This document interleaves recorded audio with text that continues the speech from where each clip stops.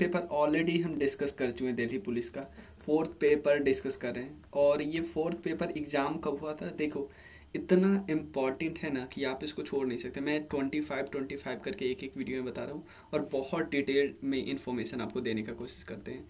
ये एक्चुअली पहला 25 क्वेश्चन हम डिस्कस किए थे, ये था एग्ज़ाम 1 दिसंबर को हुआ था। तो 3 पेपर और डिस्कस कर चुके हैं ऑलरेडी, फोर्थ पेपर भी हो गया। इसके बाद आज फोर्थ अब कंप्लीट हो जाएगा, फिर फिफ्थ डिस्कस करेंगे और हम इसको रेगुलर बहुत तेज़ी से बढ़ाने की कोशिश करते हैं।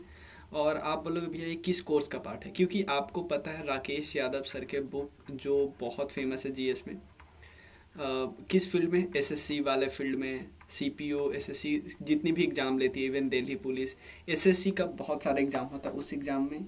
इसके अलावे आप इसको यूज कर सकते हो कोई भी ग्रुप डी एग्ज़ाम में के लिए यूज कर सकते हो, आरआरबी के लिए यूज कर सकते हो, क्योंकि क्वेश्चन तो वही होते हैं ना, लेवल ऑलमोस्ट सेम होता है। और तो मैं ऐसा नहीं कि सिंपल क्वेश्चन कराता हूँ, मैं एक्स्ट्रा इन्फॉर्मेशन बताता हूँ जिससे आपको बहुत फ़ायदा हो सकता है। तो इन पेपर का आप लोग यूज कर सकते हो। पेपर वाइज कराने से फ़ायदा होता है कि आप लोग प्रॉपर देख पाते हो, ओ 50 क्वेश्चन ऐसे आए हैं, ठीक है ना, किस किस टॉपिक से आया, मैं ये भी साथ साथ बताते चलता हूँ। मैं इवन ये भी बताता हूँ करेंट अफेयर्स है उसको बस आप याद देख लीजिए, पूछेगा तो ये नहीं करंट अफेयर्स वाला, लेकिन हिस्ट्री वगैरह के क्वेश्चन, ज्योग्राफी तो सेम रिपीट होतेंगे हो जाएंगे, कोई दिक्कत नहीं। चलिए, तो ये सब हम डिस्कस, आपको एटलीस्ट ये तो पता चला ना कि यार ग्रैंड मास्टर के बारे में, चेस ग्रैंड मास्टर के बारे में एग्जाम में आ जाता है, यूएस ओपन के बारे में आ जाता है एग्जाम में। हिस्ट्री में आपको जितने भी सत्याग्रह है, चंपारण, बरदौली, अहमदाबाद, खेरा, ये सब आ सकता है। मदर के दूध में यानी बायोलॉजी से क्वेश्चन आ सकता है, ये सब हम डिस्कस कर चुके हैं। उसके अलावा आपको ये भी आ सकता है कि सबसे ज़्यादा नेशनल पार्क से रिलेटेड है पार्क, तो आप पार्क को पता चलो, तो मैं साथ साथ को wild life sanctuary, biosphere reserve भी बता दिया था, और उसके अलावा वेटलैंड साइट भी बता दिया था कि सबसे ज़्यादा कहाँ पे, सब बता दिया था। उसके अलावा आप ये गवर्नमेंट की स्कीम से भी क्वेश्चन एक्सपेक्ट कर सकते हो, क्लियर। खासकर अगर ऐसा स्कीम जो पुराना है लेकिन उसमें कुछ बदलाव किए जाते हैं, उस पर क्वेश्चन आ जाता है, ये भी वैसे ही क्वेश्चन पूछा गया है, क्लियर। थोड़ा ऐसे क्वेश्चन जो न्यूज में आ जाते हैं, देखो ये स्कीम तो है पुराना लेकिन ये न्यूज में आ गया था इसलिए इस पे क्वेश्चन आ गया था। जो गवर्नमेंट समिट होती है उस पर क्वेश्चन पूछा जा सकता है, ठीक है। ये मैंने आपको बता दिया था, रायलसीमा डालोंग सब कुछ। ज्योग्राफी पे ये बेसिक मिसलेनियस क्वेश्चन होता है कि किस कौन से नंबर पे आते हैं, ऑपरेशन जो फ्लड वगैरह आता है ये सब। चलिए नेक्स्ट क्वेश्चन करते हैं। ये बेसिक क्वेश्चन है एकदम, प्रोटीन से रिलेटेड। तो आपको ये तो पता है ना, प्रोटीन, विटामिन, इन सब से काफ़ी क्वेश्चन आ जाता है, तो हम थोड़ा बेसिक चल कर लेते हैं।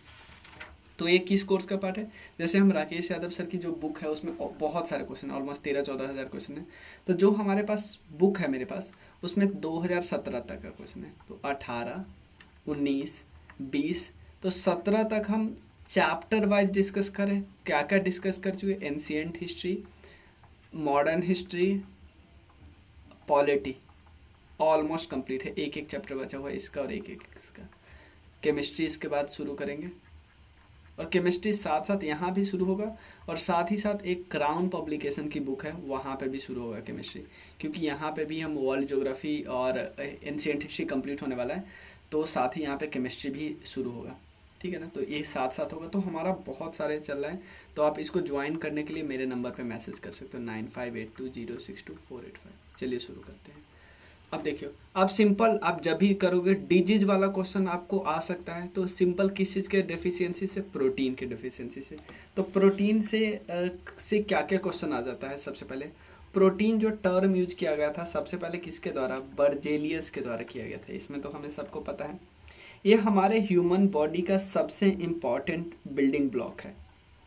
ह्यूमन बॉडी का सबसे इम्पॉर्टेंट बिल्डिंग ब्लॉक है। हमारे ह्यूमन बॉडी में 75% तो प्रोटीन ही होता है, ठीक है ना। और इवन बीपीएससी में एग्जाम में पूछा हुआ था, जैसे प्रोटीन में क्या क्या होता है, कार्बोहाइड्रेट में क्या क्या होता है, इसमें क्या होता है। तो प्रोटीन में होता है कार्बन, हाइड्रोजन, ऑक्सीजन और नाइट्रोजन। कार्बन, हाइड्रोजन, ऑक्सीजन और नाइट्रोजन, ये प्लीज़ याद रखना। कभी कभी इसमें एस और पी भी होते हैं, ठीक है। तो इसके अलावा हाँ, जो प्रोटीन होते हैं, प्रोटीन एक प्रकार का पॉलीमर है जो किससे बना होता है, एमिनो एसिड से बना होता है, ये भी याद रखना है, ये भी पूछा जा सकता है। प्रोटीन जो है, प्रोटीन एक पॉलीमर है, वो किस चीज़ से बना होता है? एमिनो एसिड से बना होता है। तो क्या सारे के सारे इम्यूनो एसिड के लिए हमें कोई ना कोई फूड चाहिए? नहीं, बहुत सारे इम्यूनो एसिड होते हैं जो हमारा शरीर खुद सिंथेसाइज कर लेता है, तो उसको हम नॉन एसेंशियल एमिनो एसिड बोलते हैं। क्यों भाई? हमारा शरीर खुद सिंथेसाइज कर लेता है, तो उसको बनाने की जरूरत, अलग से हमें खाने की ज़रूरत नहीं है। लेकिन कुछ हमारा शरीर नहीं कर पाता है, तो उसके लिए हमें कुछ चाहिए खाना। क्या क्या चाहिए भाई? मिल्क पी लेते हैं, एग, फिश, मीट, पल्स या सीरियल्स। लेकिन प्रोटीन के कमी से दो बीमारी हो जाती है, खासकर उस बीमारी को हम सिंपल बोल सकते हैं protein calorie malnutrition. Protein calorie malnutrition, PCM, physics chemistry math नहीं यहाँ पे। प्रोटीन कैलोरी माल न्यूट्रिशन, तो दो बीमारी हो जाती है। एक बीमारी है क्वासिरकोर और एक बीमारी का नाम है मैरास्मस। मैरास्मस, दो है क्वासिरकोर और एक है मरास्मस। इन दोनों के बाद हमें तो एनीमिया तो हमें पता है, क्लियर। चलिए, और क्वासिरकोर हमें पता चल गया। तो क्वासिरकोर होती है प्रोटीन की कमी से। तो प्रोटीन की कमी से एक और बीमारी होती है क्वासिरकोर। देखो इस तरह हो जाता है, कुछ इस तरह पेट बच्चे का निकल जाता है। ये भी बचपन में होती है, डेफिशिएंसी प्रोटीन के होने के कारण। और इसमें फैटी जो होता है लीवर, वो इनलार्ज हो जाता है और ribs are not very prominent. लेकिन जो एक मैरास्मस है वो भी प्रोटीन के डेफिशिएंसी के कारण ही होता है। लेकिन बोन बहुत, देख रहे हो कैसे कैसा शरीर हो गया है, ठीक है ना। इसको प्रोटीन चाहिए, फैट चाहिए, कार्बोहाइड्रेट चाहिए, और इसमें प्रोटीन की कमी उसके कारण होती है। समझ में है ना? ज़्यादा इसमें हम करवा चुके हैं दोनों बीमारी के बारे में डिटेल में लूसेंट के कोर्स में, क्लियर, कोई दिक्कत नहीं। नेक्स्ट क्वेश्चन है 27 number question. Who among the following, ये तो आपको पता है ग्वाटी तो आयोडीन की कमी के कारण होता है। Who among the following was appointed as a new chairman cum managing director of National Aluminium Company Limited, NALCO. NALCO के चेयरमैन किनको बनाए गए? तो सबसे पहले आप नाल्को के बारे में देख लेते हैं। नाल्को नवरत्न कंपनी है। प्लीज प्लीज प्लीज, आपको सिंपल, आपको ज़्यादा टफ कर सकता है। नाल्को के बारे में 2-3 स्टेटमेंट दे देते हैं। नाल्को एक नवरत्न है। सेकेंड स्टेटमेंट, ये मिनिस्ट्री ऑफ माइंस के अंदर आती है।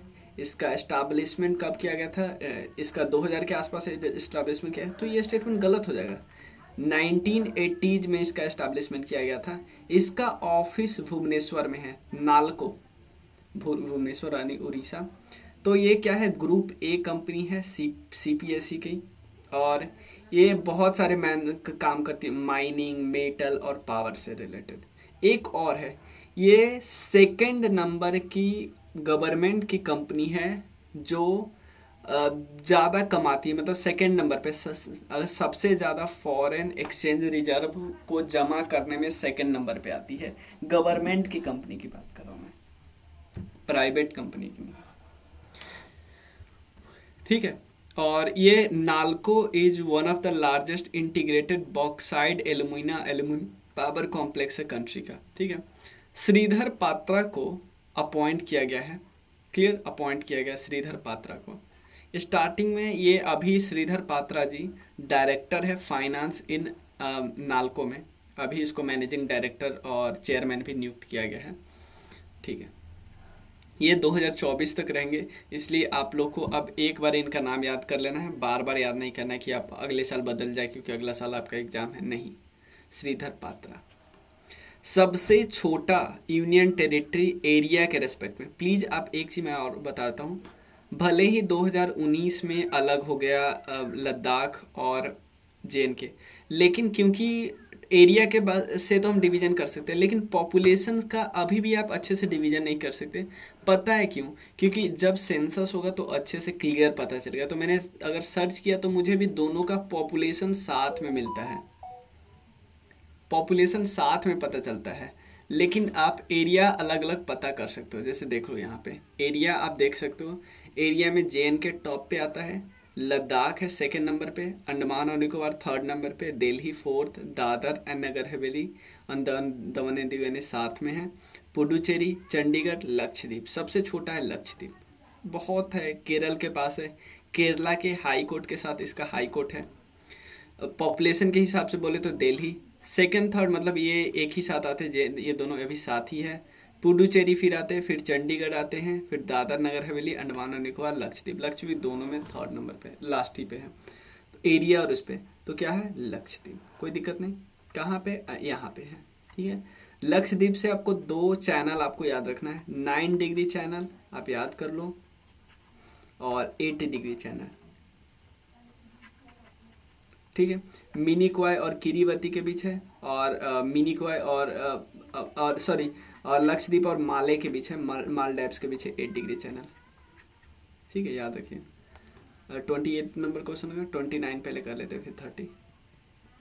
As per September 2020 which of the following is not a core promoter of National Bank of Corporation। तो सबसे पहले NPCI है क्या, देखो एक अम्ब्रेला ऑर्गेनाइजेशन है जो पूरे रिटेल पेमेंट को ऑपरेट करती है और इवन सेटलमेंट को भी। ये किसका इनिशिएटिव है, दो लोगों का, एक है Indian bank association plus RBI का इनिशिएटिव है, ठीक है ना। किस एक्ट के through, national payment and settlement system of act 2007। ये एक नॉट फॉर प्रॉफिट कंपनी है और इसको कंपनी एक्ट के सेक्शन 25 के अंतर्गत एस्टैब्लिश किया गया था। 10 कोर प्रोमोटर बैंक है, 10 इसके कोर प्रोमोटर बैंक है। SBI, PNB, Canara bank, bank of Baroda, union bank of India, ICICI bank, ये सब इसके, सिटी बैंक, HDFC, HSBC, ठीक है। और बाद में इसको शेयर होल्डिंग को और ब्रॉड बेस्ड किया गया। तो इसमें आपसे पूछा जा रहा है कि कौन इसमें कोर प्रोमोटर नहीं है, ठीक है, कौन इसके कोर प्रोमोटर नहीं है, ठीक है। तो देख लेते ऑप्शन हम लोग। ICICI बैंक, उसके बाद है HDFC bank, sorry IDFC bank, तो HDFC था, IDFC तो थोड़ी था, ठीक है ना, ये नहीं था, IDFC नहीं था। तो IDFC एक इंडियन बैंकिंग कंपनी है जिसका हेडक्वार्टर है मुंबई में, ठीक है ना। ये एक्चुअली इंफ्रास्ट्रक्चर से रिलेटेड है, इंफ्रास्ट्रक्चर की फाइनेंसिंग करता है ये, ठीक है। और चलिए आगे चलते हैं। Name the fibre who is called artificial silk. देखो ये तो हम सबको पता होगा, रेयन इनको बोलते हैं, इसको आर्टिफिशियल सिल्क और इवन इसको बॉम्बू सिल्क भी बोलते हैं कभी कभी। क्यों, क्योंकि बॉम्बू विस्कोज से बनाया जाता है इसलिए इसको बॉम्बू सिल्क, बॉम्बू का एक पार्ट होता है उससे बनाया जाता है, इसको इसलिए बैम्बो सिल्क भी बोलते हैं, आर्टिफिशियल सिल्क। सिल्क की बात करें तो सिल्क सबसे ज़्यादा आपको पता है कर्नाटका में होता है, फिर तमिलनाडु में होता है, ठीक है, सबसे ज़्यादा कर्नाटका में, तो ये याद रखिएगा। और अगर आपसे पूछा जाए इंडिया में जो 5 टाइप की सिल्क होती है ना, 5 टाइप की सिल्क इंडिया में मिलती है, और इंडिया सिल्क के प्रोडक्शन में सेकंड नंबर पे आता है, पहले पे चाइना आता है। लेकिन चाइना में भी 5 टाइप का सिल्क नहीं मिलता है, इंडिया में 5 टाइप का सिल्क मिलता है। सेंटर वगैरह देख लीजिए, वाराणसी वगैरह में है, भागलपुर में है। तो आप अगर बिहार का एग्जाम दे रहे हैं तो भागलपुर में जो है वो तसार सिल्क का सेंटर है, प्रोडक्शन सेंटर तसार सिल्क का। सदर्न इंडिया में जो ज़्यादातर मलबरी सिल्क आपको सदर्न इंडिया मिलती है, नदर्न और ईस्टर्न इंडिया में आपको तसार सिल्क मिलेगी, ये वाला पार्ट में, ठीक है। आप ये थोड़ा सा देख लीजिएगा, ठीक है। इसको बॉम्बू सिल्क भी बोलते हैं। मतलब आर्टिफिशियल सिल्क का तो आप एक सिनोनिम मान लो एक रेयन को, आर्टिफिशियल सिल्क का। नेक्स्ट है Which of the following article deal करता है राइट टू प्रॉपर्टी। पहले आपको पता है राइट टू प्रॉपर्टी एक फंडामेंटल राइट हुआ करता था आर्टिकल 19 के अंदर, ठीक है ना। उस पर लिखा था कि article 19 guarantee to all citizen the right to acquire, hold and dispose of the property. लेकिन अब ये एक प्रकार का लीगल राइट हो गया है, ठीक है। यहाँ पे एक्चुअली कहा गया है no person shall be deprive और नहीं, ये राइट टू प्रॉपर्टी अब इस आर्टिकल के अंदर आ गया है, अब बस लीगल राइट है। 2 आर्टिकल थे इसके लिए, आर्टिकल 19 था, एक आर्टिकल 31 में भी दिया था। आर्टिकल 31 में क्या था, no person shall be deprive of his property save by authority of law, ठीक है ना। तो अब ये क्या किया, मतलब इसमें लिखा था कि अगर पब्लिक पर्पस है तो किसी पर्सन से उसकी प्रॉपर्टी ली भी जा सकती है। गोतीपुआ फोक डांस, गोतीपुआ जो फोक डांस है वो किस देश का है? ये उड़ीसा का एक्चुअली गोतीपुआ, उड़ीसा का। तो हम सबका एक थोड़ा थोड़ा और देख लेते हैं, क्लियर। और ये आप बोल सकते हो ये थोड़ा प्रीकर्सेसर है उड़ीसी के जो क्लासिकल डांस है ना उड़ीसा का, उसी का प्रीकर्सेसर है। और ये यंग बॉयज के द्वारा किया जाता है, लेकिन वो वुमेन का ड्रेस पहनते हैं। और किसके लिए करते हैं? भगवान के लिए। कौन से भगवान? जगन्नाथ और कृष्णा के लिए। यंग बॉय करते हैं लेकिन लेडी के ड्रेस पहन के बहुत करते हैं। तो और हम कुछ कुछ कर लेते हैं, जैसे बिहार में, अब देखो उड़ीसा में आपको उड़ीसी, इसी का सक्सेसर आप मान प्रीकर्सर मान सकते हो गोतीपुआ डांस को। सवारी, घूमर, पैनका, मुनारी, छाऊ। वेस्ट बंगाल में काथी, गंभीरा, धाली, जात्रा, बाउल, मरसिया, महल, कीर्तन। उसका बिहार का देखो पनवरिया, सामा चकबा, विदेशिया, जाट जाटिन, भाको भकाइन, ये सब होता है। छत्तीसगढ़ में गौर मारिया, पंथी, रौत नाच, पंदवानी, बेदमाती, कपलिक, उसके बाद भारतारी, चारित और चंदनी, ये चंदनी चंदानी देख लेना। चलिए 32 तक हो गया, उसका नेक्स्ट देखते हैं 29 तो हम कर 32। Who among the following bye regulation determine the number of members, कितने स्टेट पब्लिक सर्विस कमीशन में कितने मेंबर होंगे और उनकी कंडीशन क्या होगी, ये सब डिसाइड करने का काम होगा गवर्नर का। और इवन अपॉइंट भी करते हैं गवर्नर, लेकिन प्लीज प्लीज ये मत सुनना, इनको रिमूव करने का हक प्रेसिडेंट को है। समझ में आना?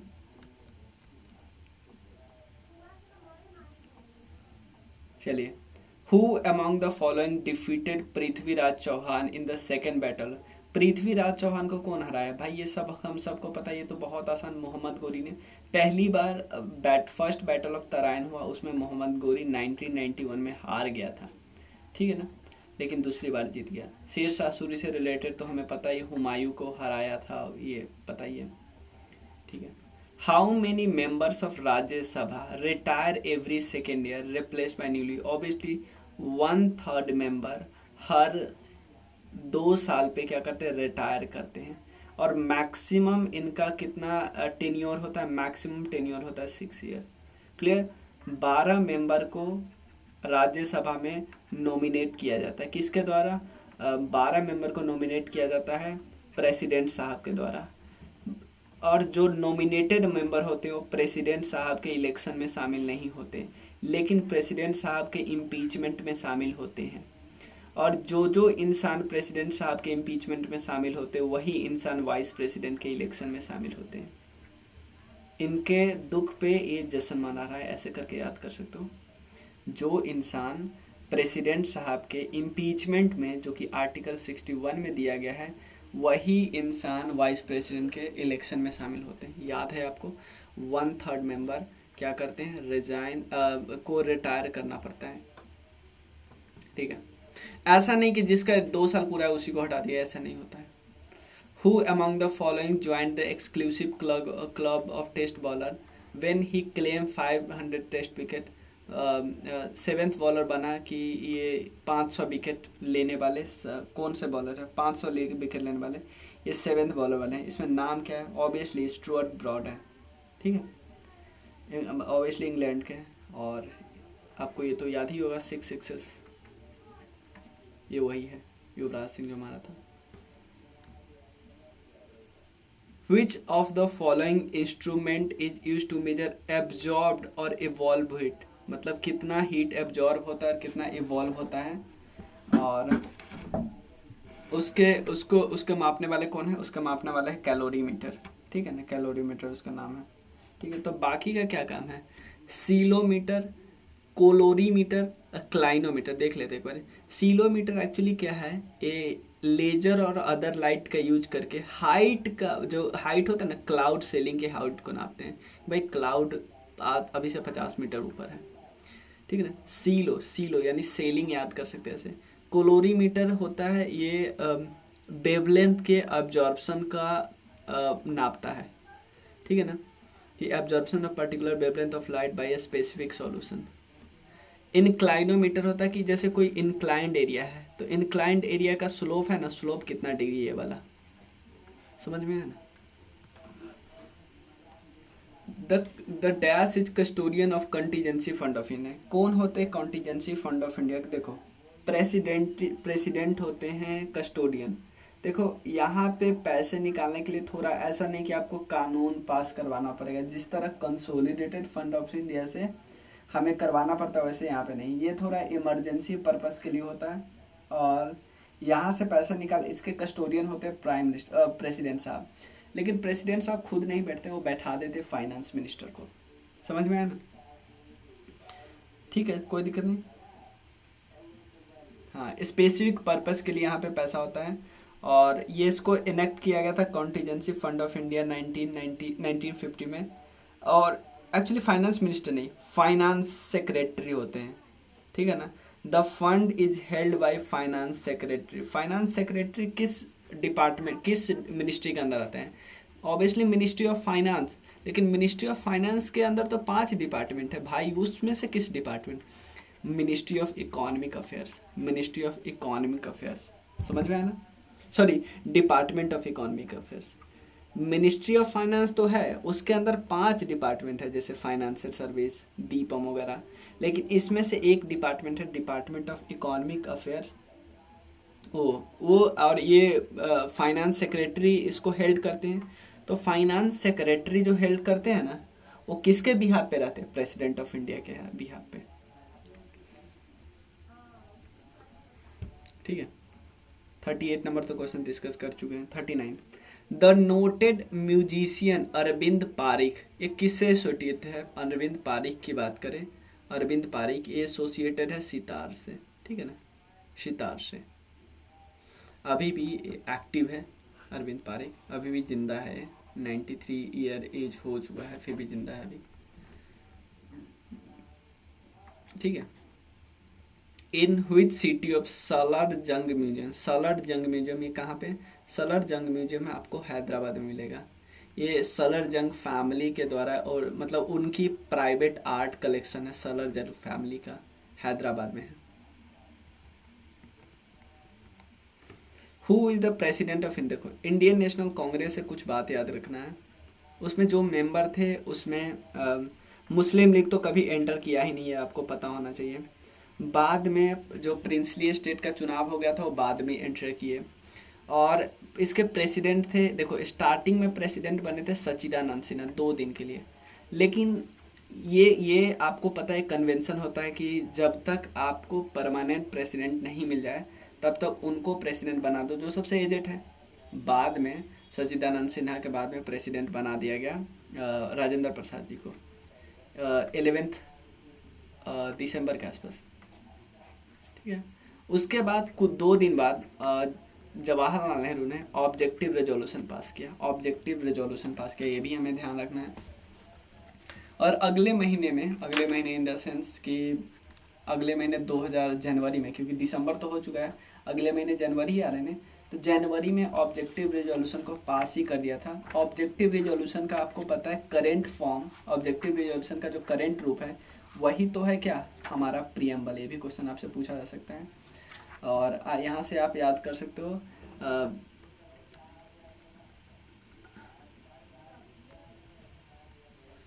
Who is the president of Indian National Congress when India attained independence? ओ देखो, ये मैंने आपको ये सारे मैंने आपको क्वेश्चन नहीं पढ़ा, कॉन्स्टिट्यूएंट असेंबली के बारे में जानिए। लेकिन यहाँ पे पूछ रहा है कौन से प्रेसिडेंट थे इंडियन नेशनल कांग्रेस के। ध्यान देना, मैं क्या एक पार्टी का पूछ रहा हूँ कि प्रेसिडेंट कौन थे इंडियन नेशनल कांग्रेस के आफ्टर इंडिपेंडेंस, मतलब आज हम आज़ाद जब हो गए उसके बाद कौन थे?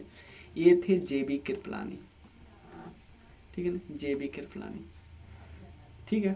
ये प्रेसिडेंट बने थे। इनको हम आचार्य भी बोलते हैं, आचार्य कृपलानी, पॉलिटिशियन बहुत बड़े थे। और सुचेता कृपलानी आपने नहीं सुना होगा, सुचेता कृपलानी वही लेडी है जो पहली वुमेन चीफ मिनिस्टर है इंडिया की। कहाँ की बनी थी? यूपी, यूनाइटेड प्रोविंस की। Protium, deuterium and tritium, protium, deuterium और ट्रिटियम में क्या है? ये तो हम सबको पता है, ये आइसोटोप है, ठीक है ना, आइसोटोप है, ठीक है। एक चीज आप सिंपल बताता हूँ, ये कोई कोई एटम है, उसके ऊपर जो लिखा होता है ना, ऊपर ऊपर यहाँ पे लिखा होता है, उसको हम बोलते हैं मास नंबर। यहाँ पे जो लिखा होता है एटॉमिक नंबर बोलते हैं, एटॉमिक नंबर। इसको मास ना, इसको एटॉमिक नंबर। आइसोटोप का मतलब क्या होता है? आइसोटोप का मतलब होता है कि भाई एटॉमिक नंबर सेम है, यानी नीचे हर जगह सेम है, लेकिन ऊपर डिफरेंस है, 1 है, 2 है, 3 है। इसको हम बोलते हैं आइसोटोप। आइसोटोप का मतलब सिंपल सा ना, ऐसा है जिसका टॉप ही सेम नहीं है, टॉप इसको बोलते हैं ना, टॉप, ठीक है ना, आइसोटोप। कोई दिक्कत नहीं। चलिए, मैं अब अभी क्राउन का करवाऊंगा तो उसमें केमिस्ट्री करवाऊंगा ही, करवाना स्टार्ट हुआ तो उसमें मैं डिटेल में बताऊंगा, ठीक है। तो isotope, what percentage of total geographical area of world does India account of, मतलब कि पूरे दुनिया का कितना परसेंट इंडिया का है। ऑब्वियसली ये है ऑलमोस्ट 2.4 के आसपास, तो 2.4 है तो हम 2 ही कर देते हैं, ठीक है ना, क्योंकि 2.65 से ऊपर होता तो हम 3 कर देते, लेकिन 2.4 है। निकटतम पूर्ण संख्या के लिए बंद है, तो ऑब्वियसली आपको यहाँ पे आपको मैथ्स भी पूछ रहा है, ठीक है। हु 43 के बाद 44 number question, the Mughal umpire, Mughal umpire में जहांगीर का शासनकाल कब से कब तक रहा? जहांगीर का शासनकाल, तो ये सब हम थोड़ा सा पीछे चल लेते हैं। जहांगीर के शासनकाल के लिए हम थोड़ा पीछे चल लेते हैं कि जो सबसे पहले मुगल आया था, मुगल सबसे पहले आया था, उसमें कौन आया था? बाबर आया था। बाबर के बाद हुमायूं, हुमायूं के बाद अकबर, अकबर के बाद जहांगीर, शाहजहां, औरंगजेब। तो अकबर का तीसरे बेटे थे सलीम, उनका ही नाम है, और कोई दिक्कत नहीं। चलिए, अकबर, इसको इनको शेखो बाबा भी बोलते क्योंकि ये हो नहीं रहे थे, तो इसको जहांगीर तो बहुत बारी शादी किया।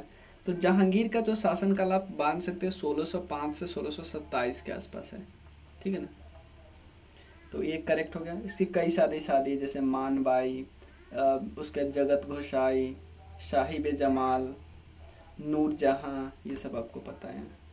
जो जहां शाहजहां जिनसे हुए उनका नाम याद कर लो, उनका नाम है जगत गोसाई, उदय सिंह की बेटी थी जगत गोसाई। बहमानी किंगडम के फाउंडर, सॉरी, बहमानी किंगडम के फाउंडर कौन थे? बहमानी किंगडम के फाउंडर अलाउद्दीन बहमान शाह थे, ठीक है ना।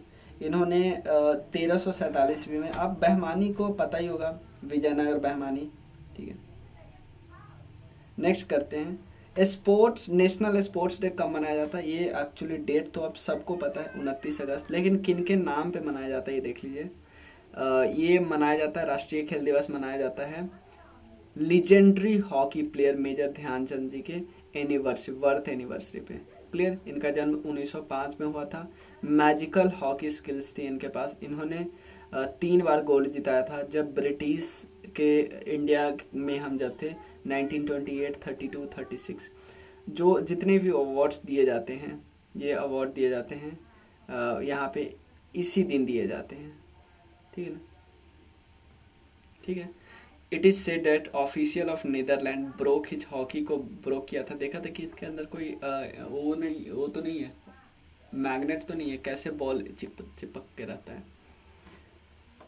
ये तो बस आपको पिछले साल का बजट पे था तो एक क्वेश्चन पूछ दिया था। What is the budget estimation for tax on property and the capital transaction in the budget 2020-2021? ये इसका कौन सा कितना था? तो ये 1300 करोड़ था। ये आप प्लीज़ याद नहीं करना, नया वाला बजट याद करना। कौन से बैंक थे, ये अभी भी इम्पोर्टेंट है, जिन्होंने आधार बेस्ड ट्रांजेक्शन को स्टार्ट किया है, ये है एक्सिस बैंक, मतलब आयरिस को यूज किया है, आयरिस को, आयरिस आइडेंटिफिकेशन, आँख वाला।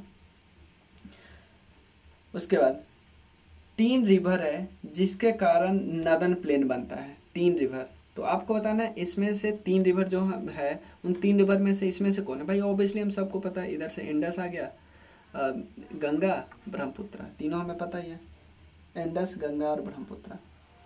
और एलुवियल सॉइल बनाती है। नॉर्दर्न इंडिया में काफ़ी प्रोडक्टिव होती है, इस समय में पता ही है। तो मिलते हैं फिर नेक्स्ट वीडियो में। सेट 5 डिस्कस करेंगे और एक दो कोर्स हैं हमारा, आप ज्वाइन कर सकते हैं। एक राकेश यादव सर की बुक है, क्योंकि ये वाला इसी का पार्ट है, तो कुछ और पेपर आपको मिलेगा वैसे। लुसेंट ऑब्जेक्टिव भी, इसमें भी आपको इंडियन ज्योग्राफी ख़त्म है, बायोलॉजी स्टार्ट हो गया है, ठीक है। तो बायोलॉजी के साथ हम इसमें फिजिक्स भी करवाएंगे साथ साथ। थोड़ा सा फास्ट चलेगा क्योंकि एग्ज़ाम आने वाला है बहुत लोग का।